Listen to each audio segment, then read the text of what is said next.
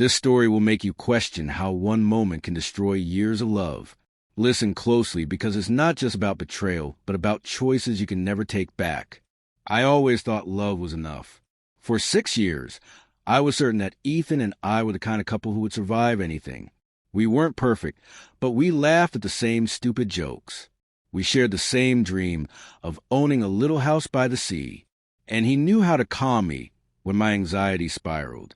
He was my anchor, or at least that's what I told myself. The night I threw it all away started like any other. It was a Friday, and Ethan was out of town on a work trip. I hated when he traveled because the apartment felt so quiet without him. My best friend Harper invited me to a bar near her place to shake off the loneliness. I told myself I'd only have one drink, just to pass the time. I never imagined that one decision would ruin everything. I met him at the bar. His name was Julian, and he wasn't even my type. He had this smug grin and a way of looking at me like I was the only person in the room. I should have walked away when he slid into the seat next to me. I should have told him I had a boyfriend. But instead, I laughed at his jokes. I let him buy me a drink, and then another. The drinks blurred my judgment, but deep down, I knew exactly what I was doing. When he brushed my hand with his fingers, I didn't pull away. When he asked me to step outside for some air, I followed.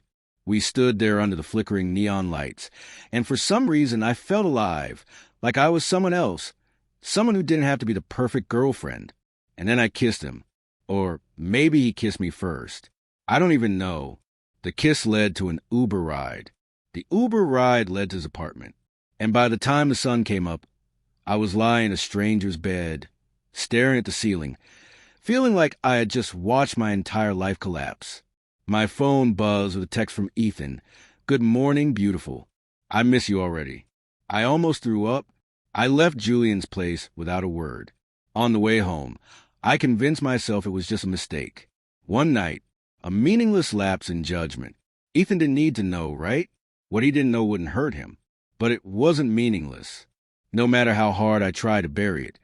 The memory of Julian's hands on me haunted every corner of my mind.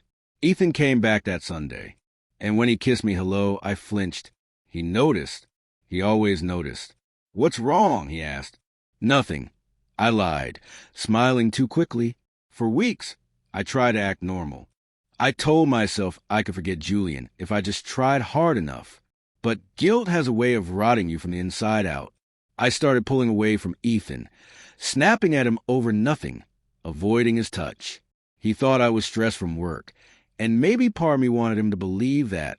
I couldn't bring myself to confess. I was too scared to lose him. Then it got worse.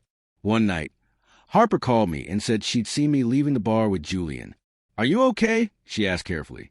"Does Ethan know?" My heart stopped. If Harper saw us, who else had? The walls I had built to hide my secret were crumbling, and I was suffocating. Ethan noticed the tension between Harper and me during a dinner we all had together. Afterward, he confronted me in the kitchen. "Did something happen?" he asked, his voice trembling. "Harper's been acting weird." I could have told him the truth right then. I could have ripped the bandage off and given him a chance to decide if he still wanted me. But instead, I shook my head and said, "No, nothing's wrong. You're imagining things." That was the night I realized I had become someone I didn't recognize. I was lying to the man I loved, carrying a secret that was poisoning everything good between us. I wanted to fix it. But how do you fix something when you're the one who broke it? 2 months after that night, Julian texted me. Just seeing his name made my stomach drop. He wrote, "Thinking about you. Want to meet again?" I deleted the message, but the damage was done. I spent the rest of the day spiraling, wondering if he would show up somewhere, if he'd tell Ethan everything. The fear was unbearable. That evening, Ethan found me crying in the shower. He wrapped a towel around me and held me like I was the most fragile thing in the world. "Talk to me," he said softly. "Please talk to me."